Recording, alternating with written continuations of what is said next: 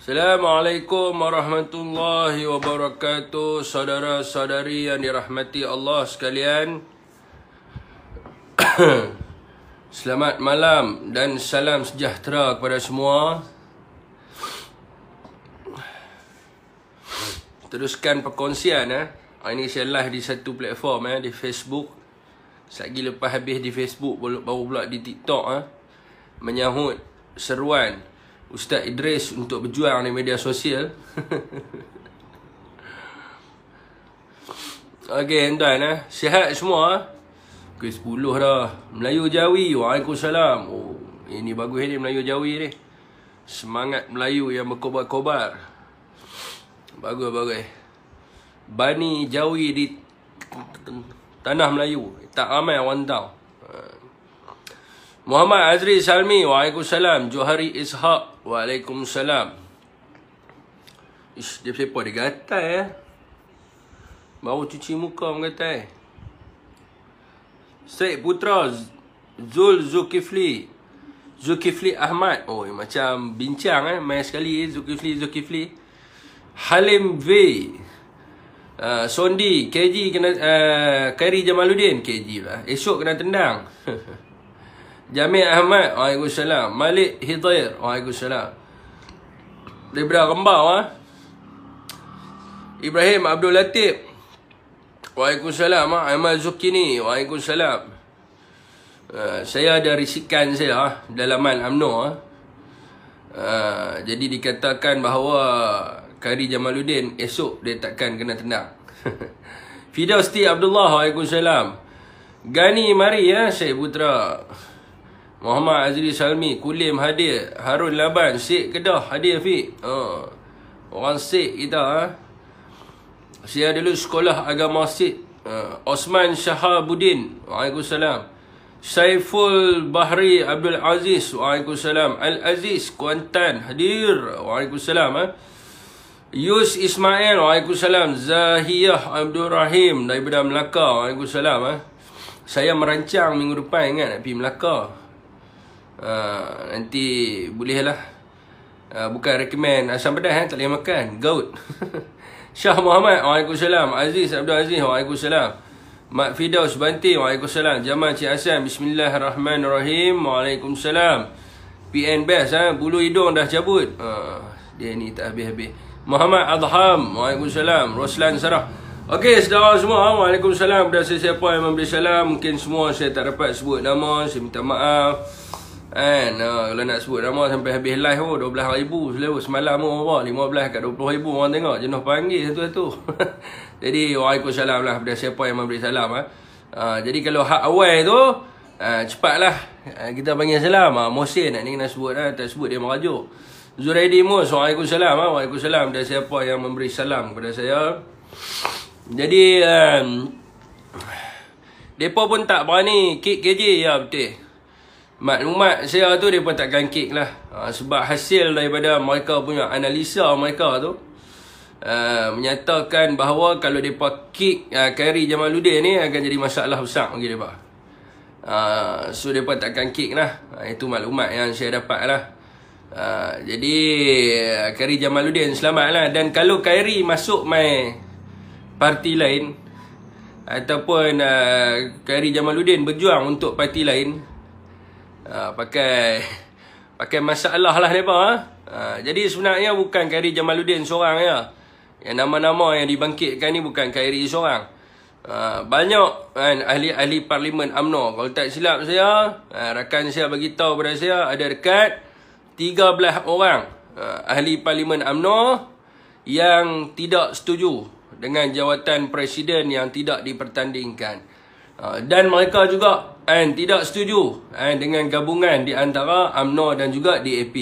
Dan saya dengar cerita 13 orang ni masih lagi duk buat protes, menghimpun kekuatan-kekuatan di peringkat bahagian dan sebagainya untuk orang kata apa ni, menarik keluar kerajaan, menarik diri UMNO daripada kerajaan persekutuan.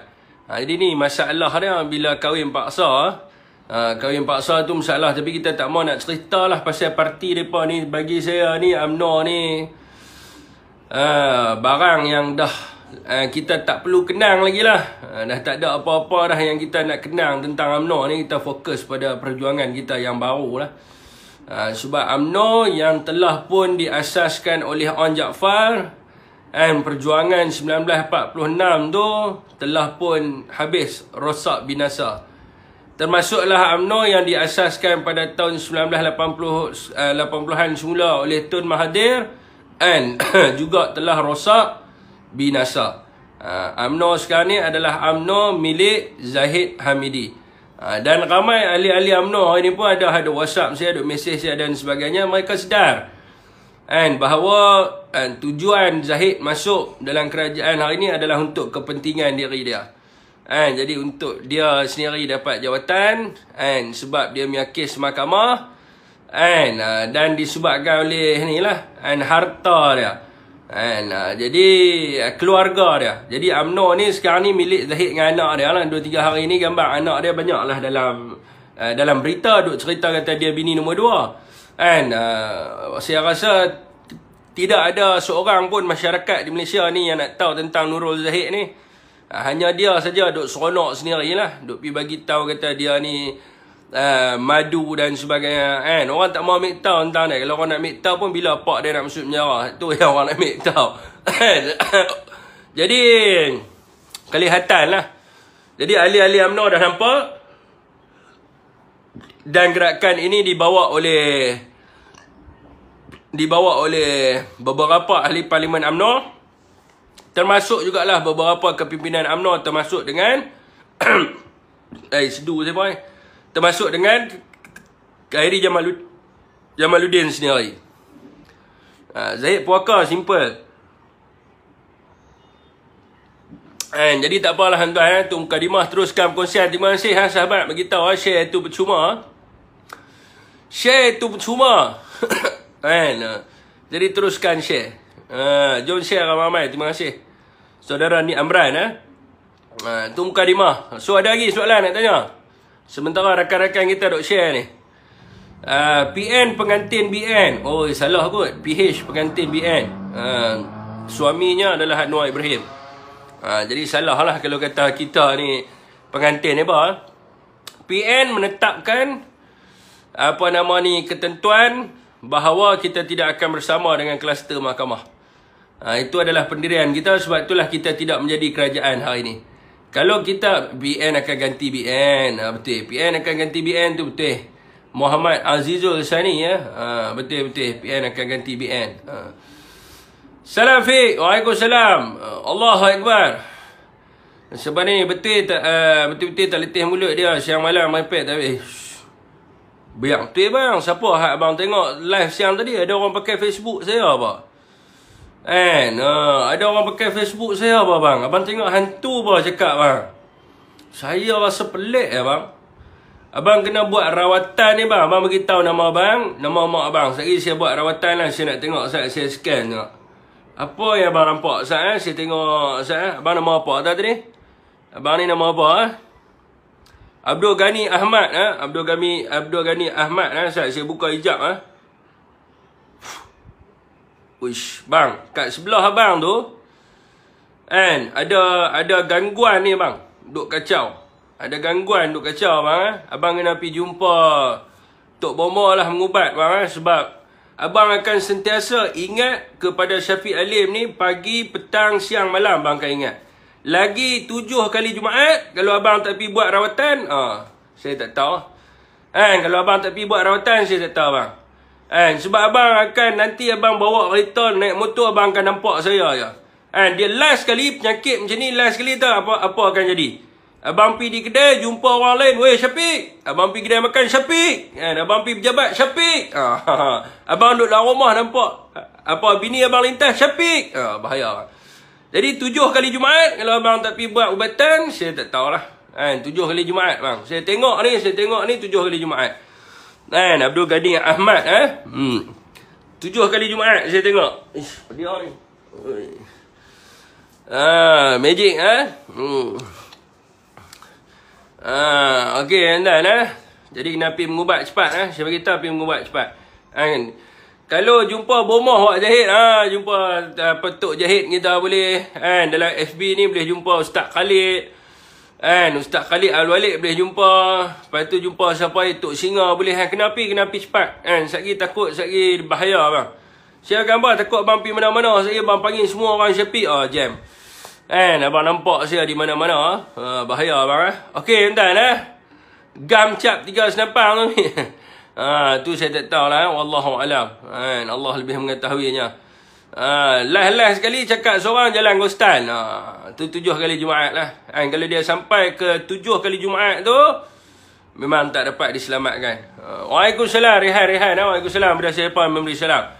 Okey tuan-tuan, berkaitan dengan HDB. Hari ni ngakomeng tuan-tuan. Kita nampak dia ni seolah-olah dia nak manipulasi fakta. Dia nak manipulasi. Sebab apa tuan-tuan? Kalau kita tengok lah, saya ulang balik lah. Tuan-tuan baca kenyataan dia tadi. Dia kata dia nafikan. Dia kata mana ada saya nak awak masuk HDB ni, masuk dalam kementerian semua sekali ni. Dia kata, ini semua adalah fitnah belaka. Dan saya akan mengambil tindakan kepada Dr. Faiz Naaman dan juga Wan Saiful Wanjan, Datuk Wan Saiful Wanjan.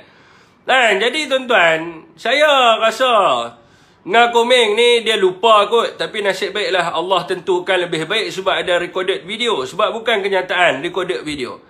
Jadi pada 17 hari bulan 1 tahun 2023, dalam temu bual bersama dengan Esro Awani, saya ulang balik tuan-tuan kenyataan ngakomeng. Beliau mengatakan bahawa Malaysia akan meminta khidmat daripada HDB Singapura untuk memasuki kementerian, Kementerian Perumahan dan juga kerajaan tempatan untuk berkongsi kepakaran.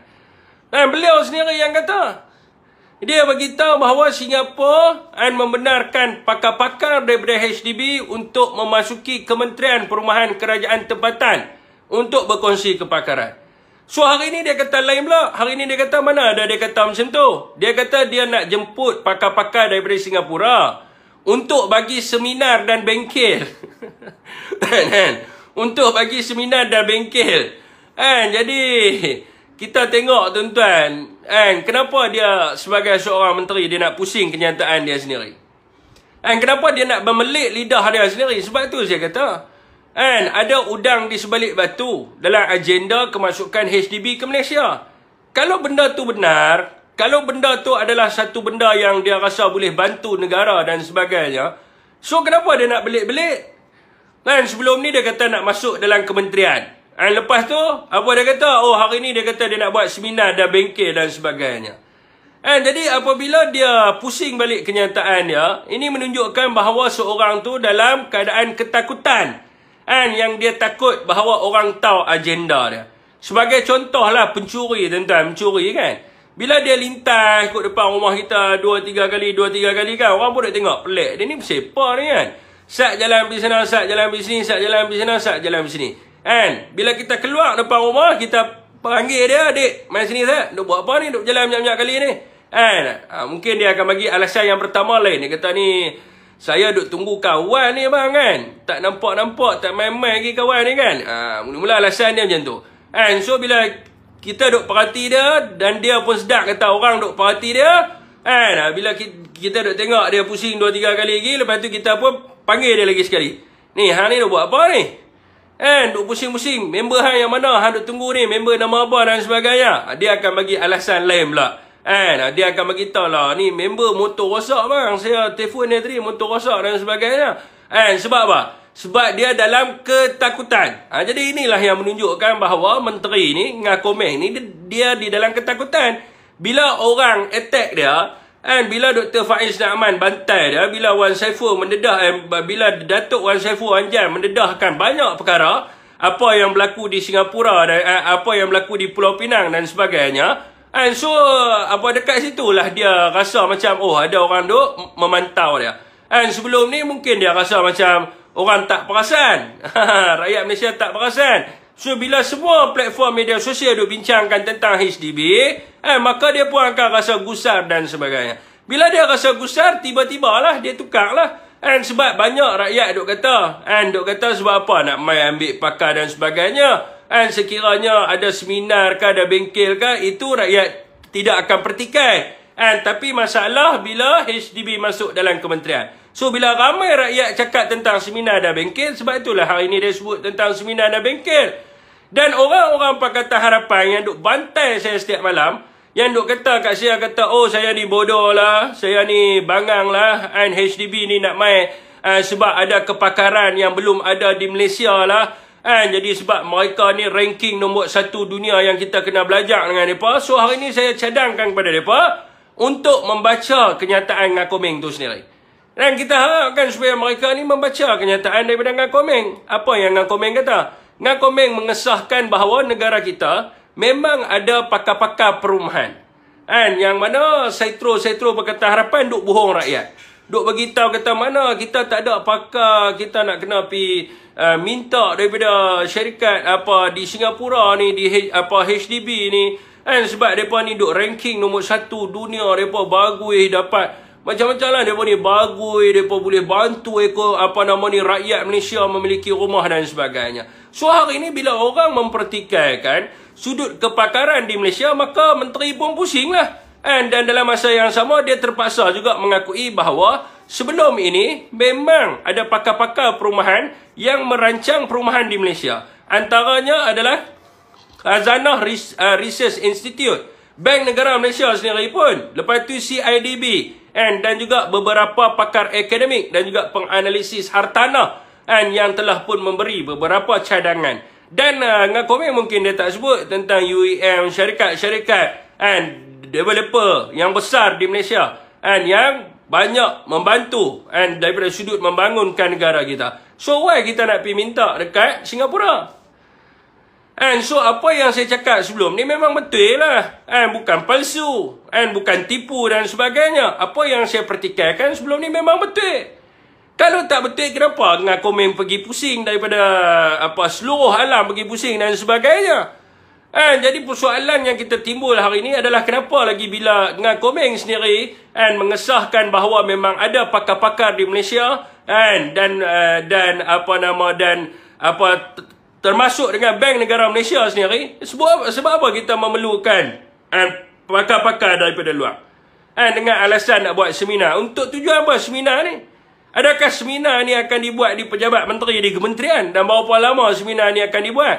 So dia kena bagi tahu lah, kalau buat seminar dengan bengkel, why tak buat di Singapura? Ya better buat di Singapura. Kenapa nak buat dalam kementerian? Berapa lama mereka akan duduk dalam kementerian? Berapa lama bengkel ini? Berapa lama seminar ini dan sebagainya? Dan saya bagi tahu kepada Ngakomeng, rakyat akan memantau Kementerian Perumahan Kerajaan Tempatan sejak daripada hari ini. Kita akan pantau dan kita akan sentiasa bertanya. Jangan risau, kita ada rakan-rakan kita di dalam. Biasalah sebelum ni kita jadi kerajaan kan, takkan kita tak ada pegawai-pegawai kat dalam yang boleh bagi tahu kepada kita. Of course kita ada rakan-rakan kita di dalam. Pegawai kerajaan di sana akan bagi tahu kita seminar apakah yang dilakukan, bengkel apakah yang dilakukan. So make sure Ngakomeng ingat kita memantau kita tengok. You jangan main-main. Kita tak suka ada agenda yang tersembunyi. Kita duduk dalam sebuah negara yang aman majmuk selama berpuluh tahun, 64 tahun merdeka. Tahun ni kita nak masuk 65 tahun kita merdeka. Jadi kita duduk dalam sebuah negara yang majmuk, yang kita tidak ada masalah dulu. Sebelum wujudnya DAP kita tak ada masalah, kita boleh hidup. Cina, India, Melayu boleh hidup sekali. Tidak pernah berlakunya orang kata permusuhan kaum, rusuhan kaum, pertelingkahan agama, kebencian pada agama tak pernah berlaku. Bila wujudnya satu parti yang bernama DAP daripada pecahan PAP ini, maka pada waktu itulah berlakunya pelbagai gerakan. Dan kita minta supaya mereka ini mengikut kepada Perdana Menteri mereka yang membawa kepada seruan madani. Ikut pada seruan madani, jangan ikut seruan setapak ataupun kita gelar sebagai deklarasi setapak. Ataupun dalam kerajaan hari ini ada dua. Satu dipanggil seruan madani, satu dipanggil sebagai seruan setapak. Jadi jangan ada seruan setapak lah kan. Jadi pastikan supaya perkara itu tidak berlaku, dan kita akan sentiasa memerhati anda Ngakomeng. Don't worry. Okey, tuan-tuan, teruskan perkongsian. Bagilah saya semangat sikit. Okey. Hak ni orang PAS suka dengar. Saya ni entah saya pergi baca, saya pergi kaji. Kerja buat orang amanah hari ni. Apa sebenarnya yang mereka duk takut sangat dengan PAS. Jadi saya pergi baca banyak, hampa pun kena share banyak. Saya tahu duk tengok live saya ni banyak orang PAS. Majority. Kalau saya buat poll tu saya tahulah macam di TikTok dan sebagainya. Jadi ramai jugalah rakan-rakan kita daripada Bersatu kan yang tengok kan. Kita satu keluarga yang besar Perikatan Nasional. Jadi saya rasa rakan-rakan kita di Perikatan Nasional dan juga di sebelah khususnya di sebelah PAS ni, mereka akan suka dengan apa yang saya cakap kat sini. Jadi tuan-tuan, hari ni kita ada ahli parlimen gila dalam negara kita ni. Dia bukan gila apa tuan-tuan. Gila ni ada banyak jenis gila. Sekali dia kata, saya kata kat dia masuk buat gila pula. Gila ni dia ada banyak gila. Gila ni maksudnya ada pemikiran yang tak waras. Ataupun dia tak dapat nak tentukan sesuatu perkara lah. Dia mungkin dia tak sedar kata dia kerajaan. Ataupun dia rasa masih lagi dia jadi pembangkang dan sebagainya. So manusia ni tuan-tuan, dia duk masuk dekat dalam Dewan Rakyat, dia duk menyalak dia duk menyalak kera. Saya ada lah Dewan Rakyat tu tuan-tuan. Alhamdulillah, rezeki Allah bagi. Saya duduk di dalam sebagai pegawai di Parlimen, pegawai Perdana Wan. Jadi saya duk ada lah dalam tu. Saya duk dengar dia duk menyalak. Allah, bising. Satu dewan bising. Jadi inilah YB Hulu Langat kita, yang mana terkenal dengan perkataan kera tu. Kera tu mungkin kepada diri dia, iaitu Sani Hamzan. Hari ni tuan-tuan, dia keluar satu kenyataan media. Hari ni dia pergi hantar memorandum dekat Istana Selangor. Saya pun tengok lah kan, memorandum apalah. Dia ni pergi hantar, dah lah sakit naik kursi roda. Lepas tu tak habis-habis berjalan, duduk rehat di rumah lah, jangan duduk berjalan sakit. Kena pakai tongkat lagi. Bulan Februari nanti nak persidangan lagi, kena duduk atas kursi roda, orang nak kena tolak lagi kan. Jadi duduk di rumah diam-diam lah, rehat-rehat cukup-cukup. Nanti bulan Februari nanti boleh hadir ke dalam parlimen dengan sihat lah. Kalau kata duduk berjalan merata ni, lagi takut tu lah kan. Dah lah Kelang ni jalan belopak kan. Jadi duduklah kereta gudang-gudang kan. Pakatan Harapan memerintah Selangor selama 4 penggal. Jalan macam dengan bulan. Jadi lagi duduk dudang lah kereta tu lagi sakit kaki pula Jadi dalam memorandum tu dia mengatakan bahawa PAS khususnya lah, Perikatan Nasional sama lah. Bila dia kata kat PAS ni, automatik dia kata kat Perikatan Nasional lah. Dan seluruh Perikatan Nasional ni ada terasa jugalah kan. Dia kata PN ni adalah satu parti yang ekstremis, yang melanggar kepada perlembagaan dan undang-undang negara. Dalam memorandum dia tu, dia tulis terang-terang, satu parti yang ekstrim, yang melanggar perlembagaan dan undang-undang negara. Jadi saya nak tanya, you jadi kerajaan sekarang ni, otak takkan tak ada kot. Dah jadi kerajaan, nak buat apa? Buat memorandum lagi. Kalau PN ni adalah satu parti yang ekstrim, kalau Perikatan Nasional ni adalah satu parti yang melanggar perlembagaan dan undang-undang negara, buatlah laporan polis. Kan ni sebab apa tak mau buat laporan polis? Buat laporan polis, rujuk kepada PAS Tasik Gelugor hadir, takbir, Allahu Akbar. Orang kita, sahabat kita Tasik Gelugor, dia jamu saya sampai jadi tembun. Okey tuan-tuan, dia buat laporan polis, buat laporan ROS, bagi tahu tulis kat itu, saya YB Sani Hamzan, YB Hulu Langat, meminta pihak polis di Raja Malaysia dan juga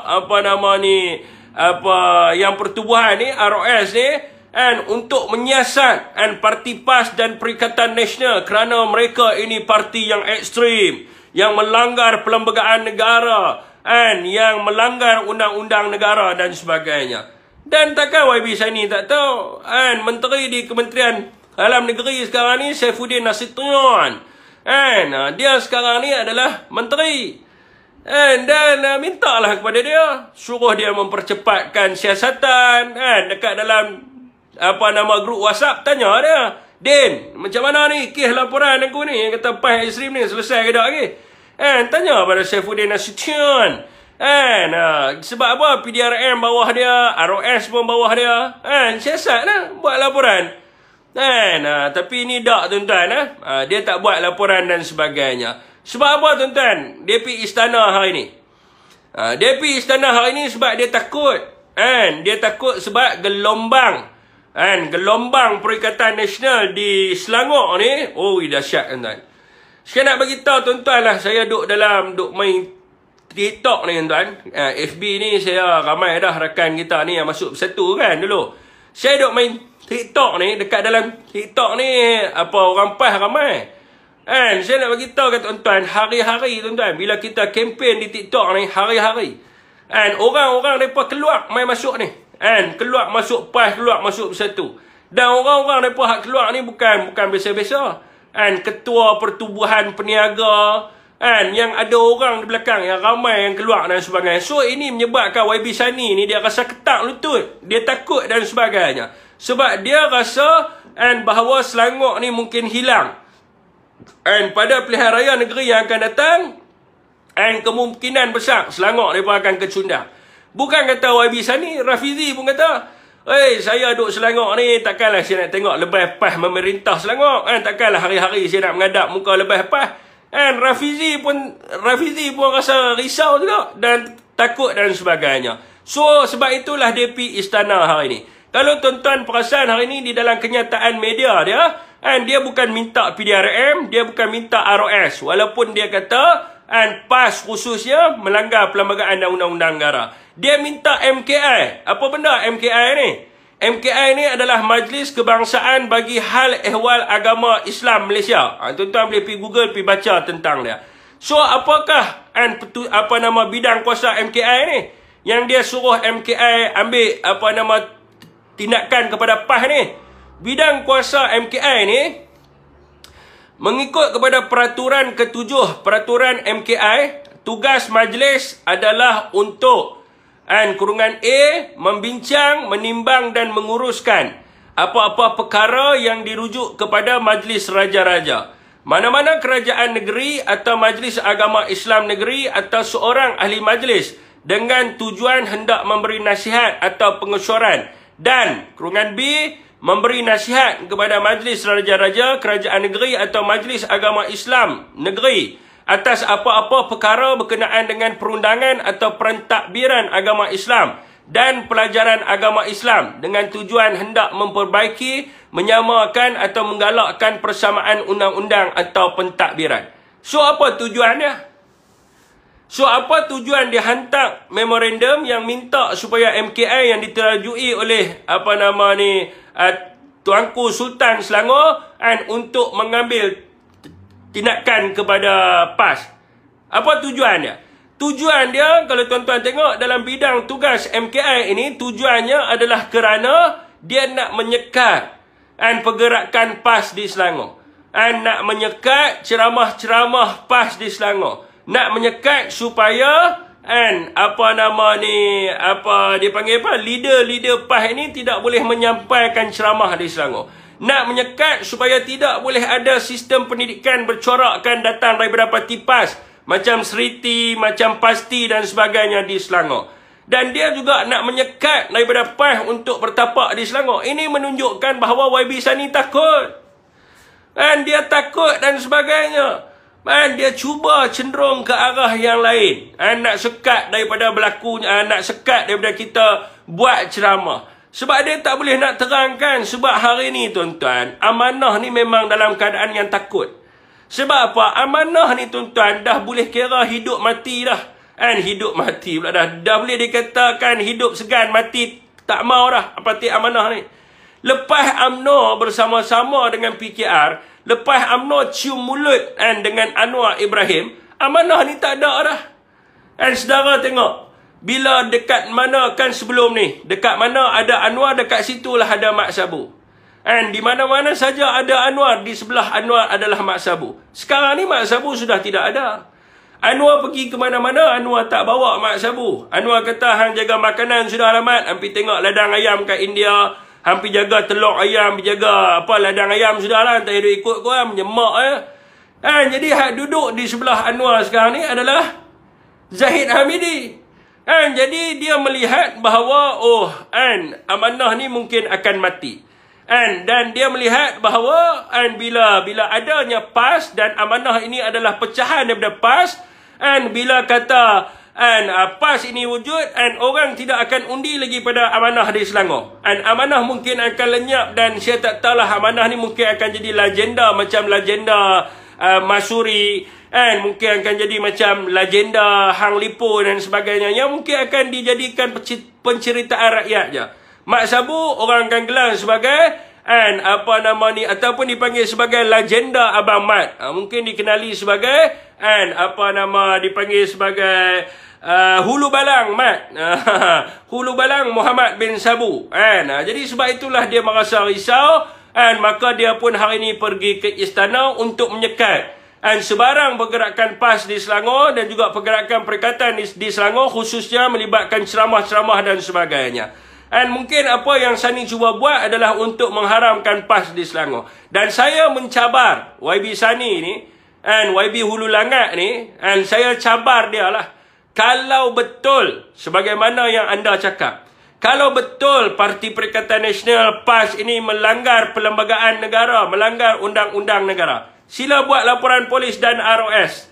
Ambil tindakan untuk haramkan Perikatan Nasional. Kita nak tengok betul ke tak betul. Tapi yang kita tahu bahawa Parti Amanah ini lebih ekstrim. Dan di dalam semua perkara, dia menunjukkan kebencian dia kepada para ulama, dia menunjukkan kebencian dia kepada para ustaz, dia menunjukkan kebencian dia kepada sekolah-sekolah agama dan sebagainya. Termasuklah tadika yang mengajar budak kecil pun dia benci, dikatakan ekstrim dan sebagainya. Okey tuan-tuan, legenda bujang senang, bukan legenda bulu masuk kat tekak.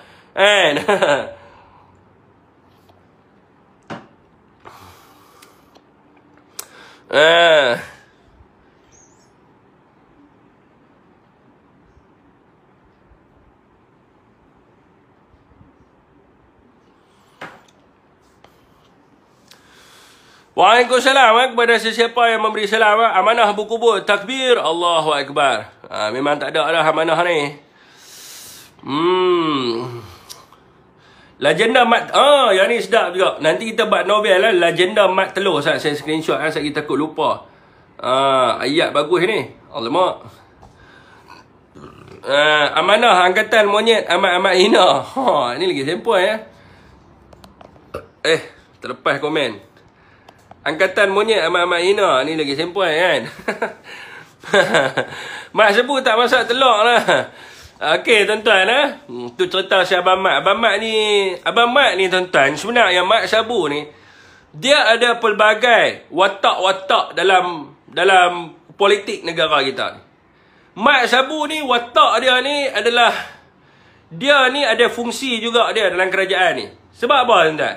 Kita marah macam mana pun, kalau kita tengok muka Mat Sabu dalam press statement, kita rasa macam happy semacam tau. Kita macam ceria tau. Tengok dia dengan Michelle dia abang kan.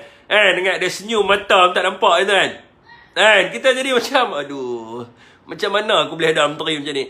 Dia ada orang kata apa, dia punya role dia lah. Fungsi dia tu ada jugalah untuk menenangkan hati rakyat. Sekurang-kurangnya bila rakyat tengok dia, rakyat akan rasa macam happy lah, tergelak tengok dia kan.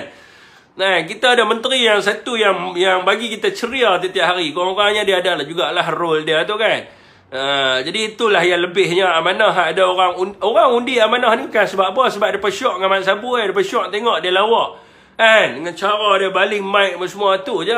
Kalau nak kira kan daripada sudut kepimpinan, Mat Sabu ni saya tak tahulah kan mai cerok mana punya dia boleh angkat jadi pemimpin pun saya tak pastilah. Telur mahal, jangan makan telur kan. Okey tuan-tuan ni isu panas sikit ni. Bukan mana Syafiq pantai pencacat. Sikit baru 2K pun macam-macam PH goyang. Depa duk goyang dah lah ni dengan saya. Depa goyang sangat-sangat dah. Ugut lah ni depa ambil nombor saya tak mana tak tahu, duk hantar main WhatsApp macam-macam kat saya. Ugut nak kutip nak apa, saya kata lah aku bukan duk jauh pun, main lah kutip aku duk ada cerah saya. Okey tuan-tuan Saya ni kena tiaw kau-kau betul tuan Okey, yang ni isu panas. Yang ni panas saya kena serius sikit yang ni. Dan yang ni bukan satu benda yang yang lawak, yang mana saya tentang daripada dulu. Okey, saudara semua. Sejak bila Malaysia mengiktiraf golongan LGBTQ+ ni? Saya nak tanya. Baru ni saya baca satu kenyataan akhbar daripada mantan pengarah, mantan ketua pengarah Lembaga Penduduk dan Pembangunan Keluarga Negara, LPP KN, tuan-tuan. Dan yang mana berkaitan dengan pelaksanaan pendidikan seks untuk sekolah. Untuk kanak-kanak di sekolah ni. Kat dalam kenyataan tersebut, beliau menyentuh, kalau tuan-tuan pergi baca, dia punya tajuk berita dia tu adalah berkaitan dengan penyelarasan pendidikan seks untuk anak-kanak, tuan-tuan. So, kat dalam kenyataan dia tu, kalau tuan-tuan perasan lah, walaupun dia bubuh di bawah tu, kalau tuan-tuan baca secara penuh di dalam kenyataan tu, dia menyentuh berkenaan dengan hak untuk golongan LGBTQ. Dan saya rasa perkara ini tidak boleh diterima. Sebab apa? Malaysia tak pernah pun kita mengiktiraf LGBTQ ni.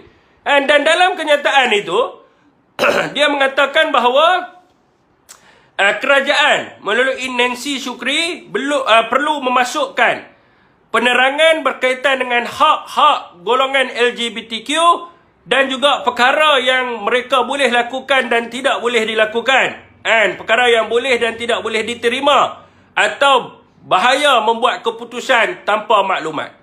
Saya rasa tuan-tuan, ibu bapa dalam negara kita hari ini tidak akan setuju sekiranya pelajaran ini dihajar kepada anak mereka. Sebab apa anak kita nak kena tahu pula tentang hak LGBT ni? Kenapa anak kita nak kena belajar tentang LGBT ni? Dan kenapa Malaysia perlu menggalakkan perilaku yang tidak pernah diiktiraf pun dekat negara kita? So kita nak ajak budak-budak ni, nak bagi tahu pula, oh ni jenis ni gay, yang ni adalah lesbian. For what reason? Siapa kita nak kena ajak? Budak-budak ni. Kita tak perlu ajak. Apa yang perlu kita ajak kepada anak-anak kita, kepada ibu bapa apa yang sekolah perlu ajak, kalau berkaitan dengan pendidikan seks ni, kalau nak masukkan subtopik LGBT, terus bubuh kat itu LGBTQ dilaknat oleh Allah SWT. Settle masalah. Kita bagi tahu kat anak-anak kita, ibu bapa saya pun bagi tahu kepada anak-anak saya. Ni hampa tengok perkataan LGBTQ ni, pelangi ni, laki dengan laki, perempuan-perempuan ni, Allah laknat. Pergi baca cerita Nabi Nuh. Allah pergi cerita Nabi Lut. Allah laknat kaum-kaum ni. Yang kedua, kena bagi tahu di Malaysia ni ada undang-undang. Kalau hampa buat benda ni boleh kena penjara, 10 tahun kena penjara. Dah cukup. Siapa nak kena cerita tentang hak dia? Nak kena cerita pula apa hak mereka, apa yang mereka boleh buat. Kalau nak berjubuk, jangan berjubuk di tempat awam. Sekali kena tangkap susah pergi dekat hotel. Ni bodoh apa punya pendidikan ni. Dan saya, anak-anak saya yang masih kecil lagi, saya kata kalau sistem pendidikan ini masuk dekat dalam negara kita, saya rasa ini adalah satu benda yang paling bodoh yang dibuat oleh menteri. Dan kita minta supaya Perdana Menteri kita untuk melihat kepada benda ni. Sebab Perdana Menteri kita sendiri bagi tahu yang bahawa Malaysia ni tidak akan mengiktiraf LGBTQ dan sebagainya. Jadi kita tidak bersetuju benda ni. Dan juga mungkin kalau nak cerita juga LGBTQ ni, saya ada teringat lah tuan-tuan. Saya ada baca satu novel. Dia cerita tentang planet Pluto. Cerita tentang planet Pluto, tentang seorang Perdana Menteri di planet Pluto. Dulu sebelum dia jadi Perdana Menteri, dia kena kes. Kes LGBTQ ni lah, kes liwat ni. Kes liwat yang Perdana Menteri ni kena liwat, bukan kena liwat, dia liwat orang. Dia ada 2 kes. Dekat planet Pluto lah cerita ni. Ada satu buku fiksyen saya baca. Jadi kita boleh buat satu pedoman kepada anak-anak kita. Jadi kita cerita kat mereka ada satu Perdana Menteri di planet Pluto ni. Dulu sebelum dia jadi Perdana Menteri, dia kena penjara 10 tahun. Sebab apa? Sebab liwat orang. Jadi dia kena sampai 10 tahun. Kalau kata di Malaysia ni, kita tak pastilah berapa tahun nak kena penjara. Ni kita cerita di planet Pluto. Kalau kata di planet Pluto, dia bukan ada pengampunan. Dalam buku fiksyen saya baca tu, dia bagi tahu lah. Perdana Menteri di planet Pluto tu kena liwat. Dia liwat orang. Lepas tu nasib baiklah dia dapat pengampunan. Kalau dia tak dapat pengampunan, dekat 20 tahun. Jadi dia jadilah seorang Perdana Menteri yang pernah meliwat orang. So kita kena terang pada anak kita. Nanti saya bagi tahu tajuk buku fiksyen tu. Saya pun tak tahu mana lah buku tu. Buang widah buku tu. Kena bagi tahu bahawa benda ni tidak boleh dibuat. Malaysia tidak menerima golongan-golongan ini. Islam pun tidak menerima golongan ini. Kalau kata nak bagi pendidikan dan sebagainya, nak ajak anak-anak kita, sebagai ibu bapa kita tidak akan bersetuju sekiranya pihak-pihak sekolah memasukkan sat topik untuk mengajar anak kita sesuatu perilaku yang tidak bermoral, yang tidak diterima oleh agama, malah menunjukkan satu benda yang keji dan juga hina. Kita tak setuju. Saya bagi tahu kepada Yang Berhormat Nancy Sukri, kalau you listen to this perempuan gila ni yang mencadangkan untuk mata pelajaran khusus tentang LGBTQ ini, saya rasa rakyat Malaysia akan menentang sekeras-kerasnya. Dan saya yakin Perdana Menteri Malaysia seorang yang suci, yang juga menolak kepada agenda liwat dan juga LGBTQ ini. Okey, tuan-tuan.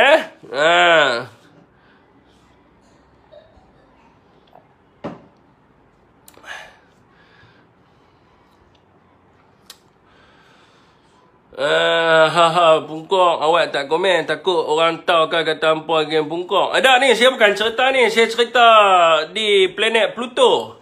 Tak ada kaitan dengan Malaysia. Ni ada buku fiksyen dulu saya baca, buku kartun. Jadi kita kena terang kat anak kita, jangan sekali kena penjara 10 tahun. Hampa nak duduk penjara dalam 10 tahun, umur 20-30 baru keluar, hampa buat aja bodoh macam tu.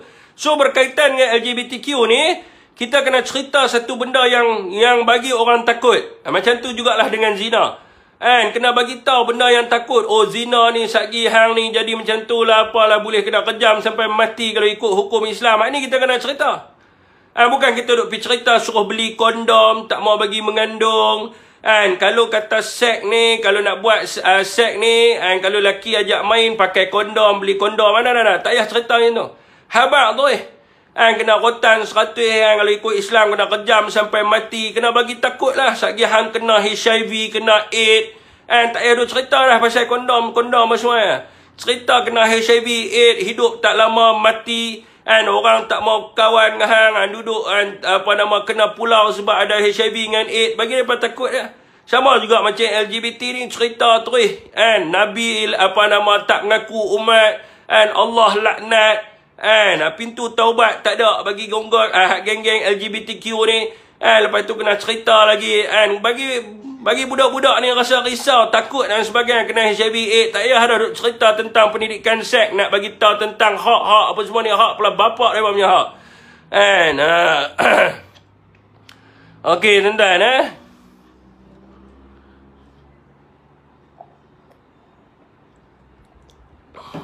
Ni geng-geng LGBT yang duk marah saya tu.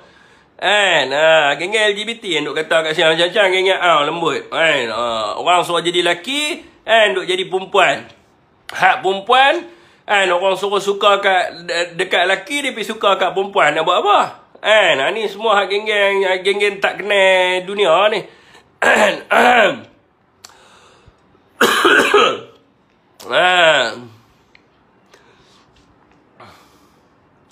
Menghasut apa benda? Saya bukan menghasut.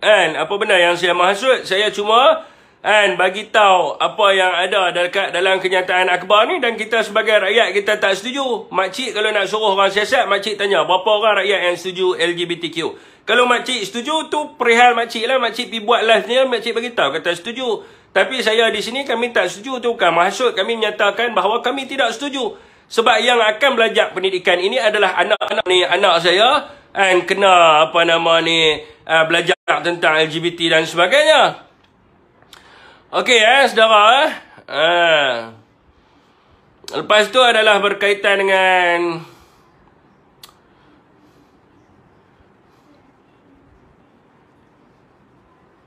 siapa call saya ni. output dan input.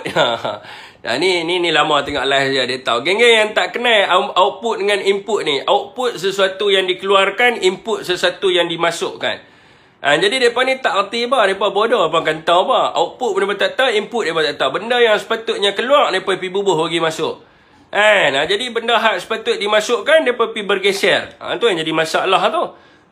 Input, output. Lama tak dengar ayat tu. Okey, tuan-tuan, ni adalah cerita Zahid Hamidi. Tadi mereka duk tanya di awal live tadi, mereka duk tanya kan. Pasal Zahid. Hamba rindu sangat dengan Zahid ni.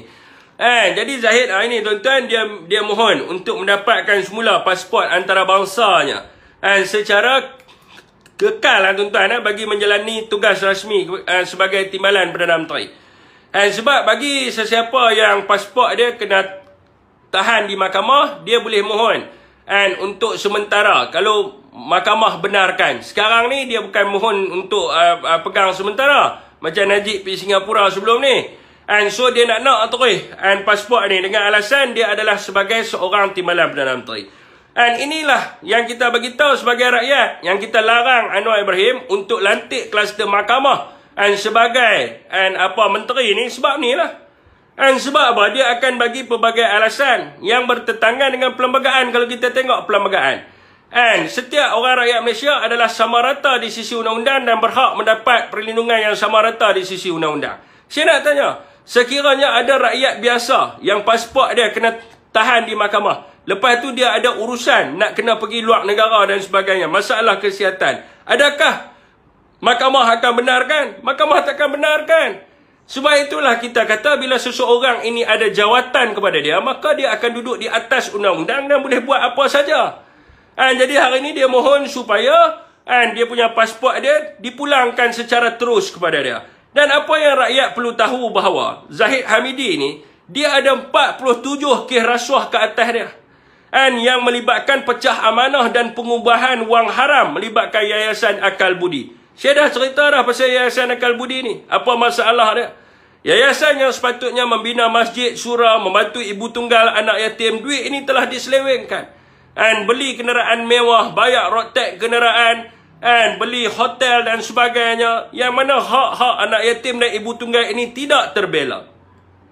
Dan beliau juga kena 40 pertuduhan rasuah berkaitan dengan UKSB, yang mana menerima rasuah daripada syarikat itu untuk menyambung kontrak berkaitan sistem VLN dan juga pusat sehenti di China. Walaupun kes ini telah pun Zahid dibebaskan, namun pihak pendakwa raya ataupun peguam negara sekarang ini tengah pun memfailkan petisyen rayuan untuk appeal semula kes ini. Maka sekarang ini tuan-tuan, timbalan Perdana Menteri kita sedang nak berhadapi 87 pertuduhan kes rasuah. Dan tuan-tuan, kalau kita lihat sekarang ni, dalam kes LCS, SPRM telah mengatakan dia telah lengkap kertas siasatan. Dan telah pun orang kata menghantar dekat peguam negara untuk membuat pertuduhan berkaitan dengan LCS. Dan Zahid Hamidi antara nama yang ada di dalam 9 orang yang mungkin didakwa berkaitan dengan LCS. So, bagaimana seseorang yang berhadapi 87 kes di mahkamah nak menjalankan fungsi sebagai timbalan Perdana Menteri ataupun menteri, sekiranya dia terpaksa ulang-alik ke mahkamah. Dan kalau dia nak ambil pasport dia untuk pergi ke luar negara, bagaimanakah imej Malaysia? Apabila seorang kluster mahkamah menyertai konvensyen-konvensyen antarabangsa. Dan apa yang ditanyakan di peringkat dunia, bila dia menyertai konvensyen-konvensyen ini, maka menteri-menteri ataupun timbalan presiden di peringkat dunia akan tanya kepada timbalan Perdana Menteri kita. Bagaimanakah dengan anda punya kes rasuah? Adakah anda telah dibebaskan dan sebagainya? Ini menunjukkan bahawa negara kita ini tidak ada integriti. Dan negara kita ini sangat-sangatlah tercemar di bawah pemerintahan Datuk Seri Anwar Ibrahim. Sebab dia melantik seorang kluster mahkamah sebagai timbalan Perdana Menteri. Dan membenarkan kluster mahkamah ini untuk pergi dalam konvensyen-konvensyen antarabangsa mewakili kerajaan walaupun dia terlibat dengan kes rasuah dan sebagainya. Rakyat hari ini mendesak supaya mahkamah tidak membenarkan pasport ini diserahkan dekat Zahid Hamidi.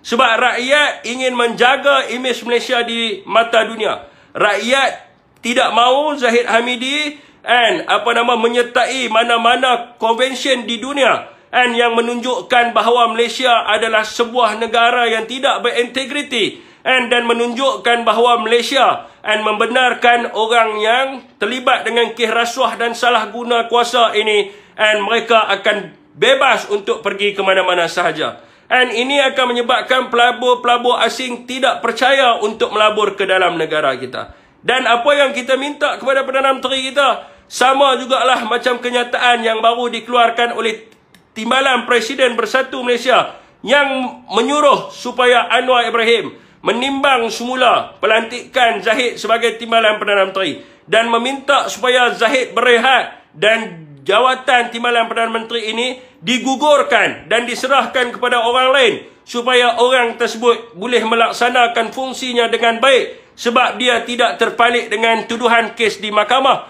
yang menyebabkan beliau kena ulang alik ke mahkamah dan sebagainya. Ini apa yang rakyat minta supaya Anwar buat dan sebagainya. Tolong perbetulkan keadaan ini. Rakyat masih ingat lagi laungan yang disebut oleh Anwar. Reformasi, reformasi, reformasi. Kita perlukan satu pembaharuan dan kita tidak boleh membenarkan kalau dahulunya mereka mengecam Najib Razak yang terpalit dengan kes rasuah tengah dibicarakan di peringkat dunia menjadi Perdana Menteri sampai Pakatan Harapan bawa kes ini pergi ke mahkamah dan sebagainya pada ketika itu untuk menunjukkan bahawa seorang Perdana Menteri di Malaysia memalukan Malaysia apabila dia masih lagi menjawat jawatan sebagai Perdana Menteri apabila dia didakwa di Amerika Syarikat. Dan hari ini mereka telah pun meludah ke muka mereka sendiri apabila mereka melantik Timbalan Perdana Menteri, bapa penyamun dan rasuah dalam UMNO ini untuk menjawat jawatan sebagai Timbalan Perdana Menteri. Sepatutnya mereka kena lantik orang lain supaya dia dapat berfungsi dengan sebaiknya. Dan perihal ini juga menunjukkan bahawa Anwar apabila melantik Zahid mengatakan bahawa Zahid boleh melaksanakan tugasnya adalah pembohong besar semata-mata. Sebab Zahid sendiri bagi tahu apabila dia dilantik sebagai Perdana Menteri sekarang ini dia tidak dapat melaksanakan fungsi dia dengan baik sebab dia berhadapan dengan pertuduhan di mahkamah. So apa lagi yang perlu Anwar buat? Sila pecat Zahid. Ini adalah kehendak rakyat. Sebab anda membayar gaji rakyat menggunakan duit cukai rakyat. Semua rakyat yang tengok kat sini 1.5K mereka bayar cukai untuk menggajikan menteri-menteri. Dan mereka tidak terima sekiranya cukai mereka ini dibayar kepada orang yang disyaki. Dibayar kepada perasuah, dibayar kepada penyamun dan sebagainya. So ingat Anwar Ibrahim, anda menggunakan wang rakyat berbilion-bilion ringgit. Anda menguruskan wang rakyat beratus bilion ringgit. Jadi rakyat tidak mahu Zahid menjadi Timbalan Perdana Menteri. So anda kena dengar kepada rakyat sebab anda digajikan oleh rakyat. Anda bekerja untuk rakyat. Anda menjadi Perdana Menteri sebab rakyat mengangkat anda. Rakyat mengundi Anwar Ibrahim dan Pakatan Harapan menang 82 kerusi kerana Anwar kata Zahid penyamun. Kerana Anwar kata UMNO perasuah dan penyamun. Maka orang undi kepada mereka atas prinsip integriti. Dan apabila Anwar menjadi Perdana Menteri, Anwar tidak ada integriti langsung semasa dia menjadi Perdana Menteri. Okey, tuan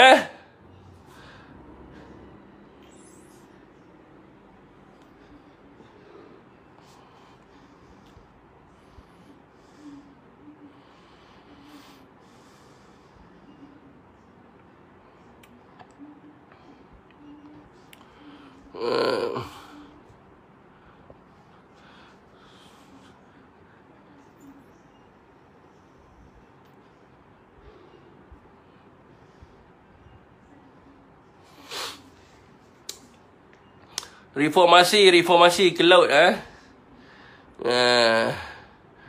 berbilion-bilion. Okey tuan Fik saya nak pergi Pluto bertanding kat sana. Mampu saya fikir dia lah dia nak pergi Pluto ke pergi mana saya tak mahu ambil tahu. Yang pentingnya saya bayar cukai dan saya tak suka cukai saya dibayar kepada perasuah dan salah guna kuasa. Okey,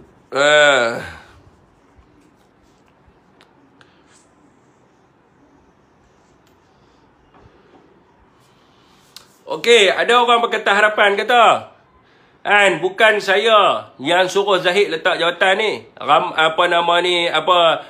Bukan. Dia kata saya seorang je yang suruh Zahid letak jawatan. Rakyat tak suruh pun. Siapa yang setuju Zahid jadi timbalan Perdana Menteri, dan siapa yang tak setuju tekan 1. Siapa yang tak setuju Zahid jadi timbalan Perdana Menteri dan tak setuju duit dia dibayar gaji kepada Zahid, and then dia tekan 1. Saya nak teruskan topik lain lah. Anda tekanlah berapa banyak anda nak tekan 1 pun. Okey, ni adalah berkaitan dengan kenyataan daripada kenyataan daripada timbalan Perdana Menteri hari ni. Fazilah. Dia kata hari ni apabila ada pihak-pihak seperti Tun Mahathir yang mengatakan bahawa pilihan raya pada PIU ke-15 itu banyak rasuah dan sebagainya. Begitu jugalah orang-orang dalam kerajaan, khususnya di sebelah UMNO yang tak habis-habis duk tuduh bersatu ni parti rasuah dan sebagainya. Maka hari ini dia keluar kenyataan sebagai timbalan Perdana Menteri. Jadi saya haraplah golongan-golongan daripada PH dan juga Barisan Nasional ni tolonglah dengar kepada nasihat timbalan Perdana Menteri anda. Sebab apa saya kata macam ni? Sebab golongan-golongan Pakatan Harapan dan Barisan Nasional ni, mereka ni dulu mak suruh belajar pandai, mereka tak mau belajar pandai. Orang suruh jadi cerdik pandai, mereka tak mau jadi cerdik pandai, mereka nak jadi orang bodoh. Lepas tu, bila mereka dah bodoh, tiba-tiba mereka nak jadi pendakwa raya hari ni. Mereka lah nak jadi pendakwa raya, mereka lah nak jadi peguam negara, mereka lah nak jadi hakim, dan diorang lah juga nak jadi pegawai penyiasat. Semua mereka nak buat. Jadi hari ni tuan-tuan, kalau kita tengok kerajaan hari ni tidak, rakyat tak nampak bahawa ada fokusnya kepada pentadbiran kerajaan. Kita nampak kerajaan hari ni 24 jam berpolitik. Sebab mereka ni terlampau rasa takut dengan Perikatan Nasional. Kalau kita tengok kenyataan-kenyataan akhbar dan media selama kerajaan Pakatan Harapan ini dibentuk, kalau kita tengok 80% daripada kenyataan di media adalah bersifat berpolitik. Hanya 20% daripada kenyataan tersebut adalah melibatkan pentadbiran kerajaan dan juga bantuan kepada rakyat. Antaranya adalah berkaitan dengan bantuan 300, bantuan sekolah RM150 dan juga bantuan pesawah padi. Yang lainnya semua adalah kenyataan-kenyataan politik, fitnah, cakap bersatu ambil 600 bilion, 92.5 bilion, 4.6 bilion, 10 bilion, banyak bilion lah mereka tuduh kita dan sebagainya. Dan mereka tak fokus langsung pada pentadbiran kerajaan. Hari ini rakyat dihimpit dengan kos sara hidup dan kenaikan harga barang di pasaran pun mereka tak kisah. Mereka ambil tak peduli. Bawa keluar kenyataan bodoh-bodoh. Kalau OPR naik, tanya Bank Negara. Kalau ayam mahal, tak payah makan ayam. Kalau kedai mahal, tak payah pergi beli dekat kedai dan sebagainya.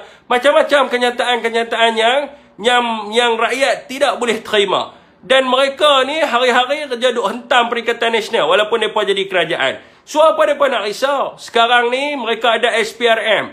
SPRM di bawah Jabatan Perdana Menteri. Jadi kalau betul lah Perikatan Nasional ni ada ambil rasuah dan sebagainya, biarlah SPRM melakukan siasatan dan biarlah penawaran ini dibawa ke mahkamah dan pihak Perikatan Nasional akan menjawab di mahkamah, bukan menjawab kepada Pakatan Harapan ataupun Barisan Nasional. Tak perlu nak tanya apa beza sedekah ataupun rasuah. Tak perlu nak tanya berapa juta dan sebagainya, berapa bilion dan sebagainya. Yang boleh menyiasat adalah SPRM, suruh SPRM siasat. Suruh peguam negara bawa cepat sikit pi kes ni di mahkamah. Dan esok kepimpinan kita akan jawab di mahkamah. Kita tak perlu jawab dengan Barisan Nasional. Dan kenapa kita nak jawab dengan BN? Apa keperluan kita nak jawab dengan PH kat dalam akhbar? Tidak ada keperluan untuk kita jawab dengan mereka. Sebab kalau kata berlakunya sesuatu jenayah, yang menentukan kita bersalah ataupun tak adalah hakim. Dan kita jawab di dalam mahkamah. Kita tak perlu jawab kat mereka pun. Dia nak tanya berjuta kali pun kita tak perlu jawab. Sebab dia bukannya ada otoriti untuk jadi pegawai menyiasat. Dia bukannya peguam negara. Bukannya hakim. So kita tak perlu nak menjawab kepada mereka. Okey tuan-tuan. Ada soalan lain?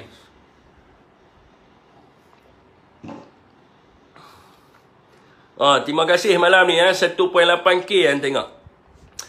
Yang masuk 1.8k ni jangan lupa follow. Follow lah. Jadi kalau follow dapat notification. Kalau tidak nak kena tunggu share dulu. Jadi follow lah. Keluar notification, terus masuk dalam live. Kita nak setiap malam. Siapa yang duk biasa tengok ni setiap malam akan dapat notification dan tengok.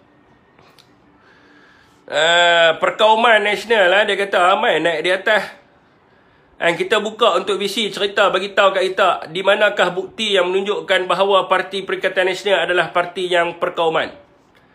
Jangan duk sebut saja. Bagi bukti kepada kita. Naik malam ni saya nak layan visi di FB pula. Selalu duk layan visi di TikTok. Malam ni saya layan di FB. Main naik kita nak tengok. Saya naik seorang makno. Ramai duk tekan satu dah tadi Mai siapa nak naik BC mai? Tak ada masalah apa. Ni ramai nak naik. Boleh, tak ada masalah apa. Makno lambat sangat, line slow kot. Kita bagi orang lain pula. Apa nama ni? Meran.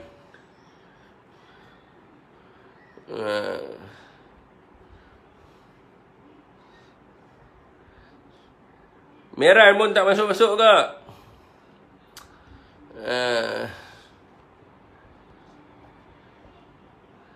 Terduduk kita bagi Irene pula. Irene apa benar nama ni? InsyaAllah dapat 2k. Terima kasih kepada yang share tu.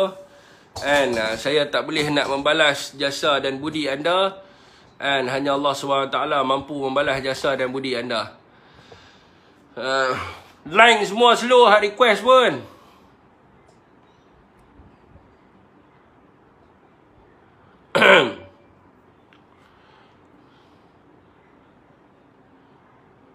Ismail Abdul Rahman.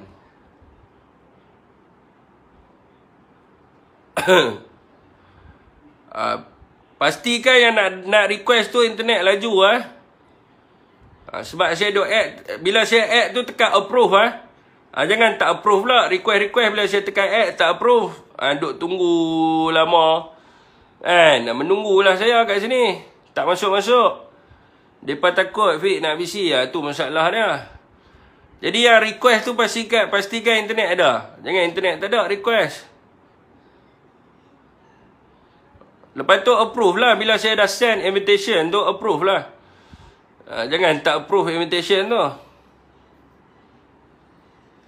Ni lama sangat ni. Saya duk adding tak masuk-masuk. Warna orang lain pula.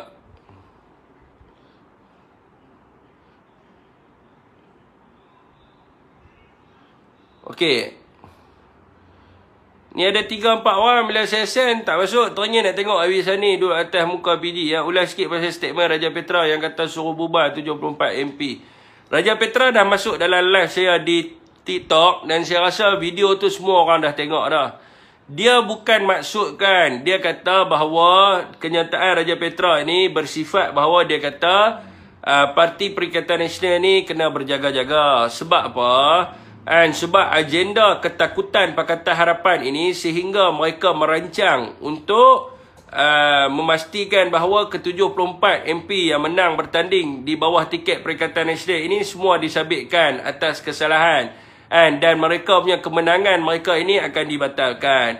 Dan langkah kedua yang akan diambil oleh mereka ini adalah dengan mengharamkan Perikatan Nasional. Supaya tidak wujudnya sistem dua parti dalam negara kita dan hanya wujud sistem satu parti je dalam negara kita, iaitu UMNO dan juga Pakatan Harapan. Jadi mereka nak supaya rakyat ini hanya dapat buat undi satu parti saja. Nak tak nak kena undi mereka juga. Undi walaupun UMNO dengan PH bertanding dekat dalam pilihan raya. Jadi apabila berlakunya kedua belah pihak tak cukup undi, maka mereka akan membentuk kerajaan tanpa pembangkang dan mereka boleh buat apa saja. Itu maksud Raja Petra. Bukan Raja Petra ni maksudkan bahawa PN ni rasuah. Memang 74 MP PN ambil rasuah. dan parti PN ni rasuah. No. Dia bukan maksudkan macam tu. Dia cerita tentang perancangan yang akan dibuat oleh Kerajaan Pakatan Harapan disebabkan oleh ketakutan mereka. Jelas Zul Bakar. Saya duk add daripada tadi tak masuk-masuk ni. Ada orang duk try 2-3 kali nak masuk kan.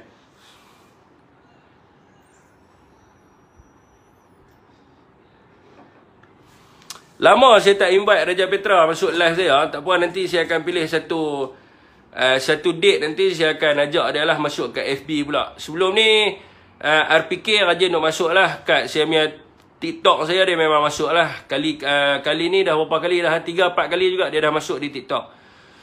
Jadi di FB ni dia pernah masuk 2 kali. Sekali dulu berkaitan dengan isu apa atas saya tak ingat. Lepas tu second time tu adalah berkaitan dengan isu pun saya tak ingat juga. Tapi 2 kali lah dia masuk kat FB saya bersama dengan Datuk Nordin Yunus. Video RPK kena dengar sampai habis, jangan dengar sekat-kerat. Dan kalau boleh tanya kat dia, hantar email kat Malaysia Today ke, type dekat ruangan komen ke, tak faham, so dia akan terangkan lah. Sebab RPK ni adalah orang yang suka menerangkan. So tak ada masalah apa. Jadi benda ni memanglah isu ni mereka suka spin lah. Sebab kerajaan hari ni kan kerajaan politik. Kerajaan hari ni bukan kerajaan bantu rakyat. Kerajaan hari ni kerajaan politik. Kalau tuan-tuan tanya saya apakah dasar dan juga kebaikan yang telah dibuat oleh kerajaan hari ni, saya tak nampak. Bulan Februari nanti kita akan ada belanjawan. Saya nak tanya, apakah bayangan belanjawan? Bagaimanakah duit rakyat akan dibelanjakan sepanjang tahun 2023? Tidak ada. Kalau kita tanya, apakah dasar-dasar yang dibuat oleh Kementerian Alam Sekitar? Apa dasar yang dibuat oleh Kementerian Belia dan Sukan sekarang ni? Untuk moving forward. Apa dasar yang dibuat oleh Kementerian Dalam Negeri? Kementerian Digital dan Multimedia. Kementerian Makanan, Mak Sabu, Pertahanan. Apa yang mereka nak buat ni? Kita 1 tahun ni, apa yang mereka nak belanja duit ni, mereka nak belanja ke arah mana? Kita tak tahu. Rakyat tidak tahu apa-apa. Hari ni kalau tengok dalam laporan akhbar pun politik ya. Anwar hari ni apa dia buat? Kerja dia rasmi buku dan kritik PAS. Hari ni dia kata kat PAS juga. Sebab esok akan ada perhimpunan. PAS akan buat perhimpunan perarakan untuk pergi ke kedutaan Sweden. Nak tunjukkan protes. Ini bukan baru sekali PAS buat. Banyak kali dah PAS buat. Untuk tunjukkan ketidakpuasan hati, penghinaan ke atas umat Islam di Sweden. Dengan membakar Al-Quran. So dia serang PAS, kata parti ekstrim lah, nak buat kacau ganggu dalam negara. Habis tu, masa Anwar jadi pembangkang dulu, bersih 1, bersih 2, bersih 3, bersih 4 tu, boleh pula. Sampai berapa orang masuk hospital, sampai anggota polis pun masuk hospital, aset-aset kerajaan rosak. Siapa punya kerja? Bukan Anwar punya kerja. So sekarang ni nak cerita kata dia lah paling bagus, supaya rakyat Malaysia ni bodoh, tak pernah tengok apa yang Anwar telah buat dalam negara kita. Dia lagi lah buat huru-hara gila-gila punya. Huru-hara demi kepentingan diri dia. Semata-mata dia nak jadi Perdana Menteri. Yang ni kita buat ni kerana kita nak tunjuk protes kepada kerajaan Sweden. Sebab dia menghina umat Islam di sana. Dan kepimpinan politik di Sweden itu menghina. So apa masalahnya kalau kita nak berarak esok ramai? Saya akan pergi juga. Apa masalahnya? Suruh polis ambil tindakan, tangkap dan sebagainya. Kita ni kalau berjuang atas nama Islam ni tak ada masalah. Nak buh kita berapa lama pun, bukan kita nak sembang kemas. Tapi kita nak bagi tahu sebab kita tak puas hati. Bukan kita nak pergi memusnahkan kedutaan Sweden. Kita nak hantar memorandum. Memorandum pun tak boleh.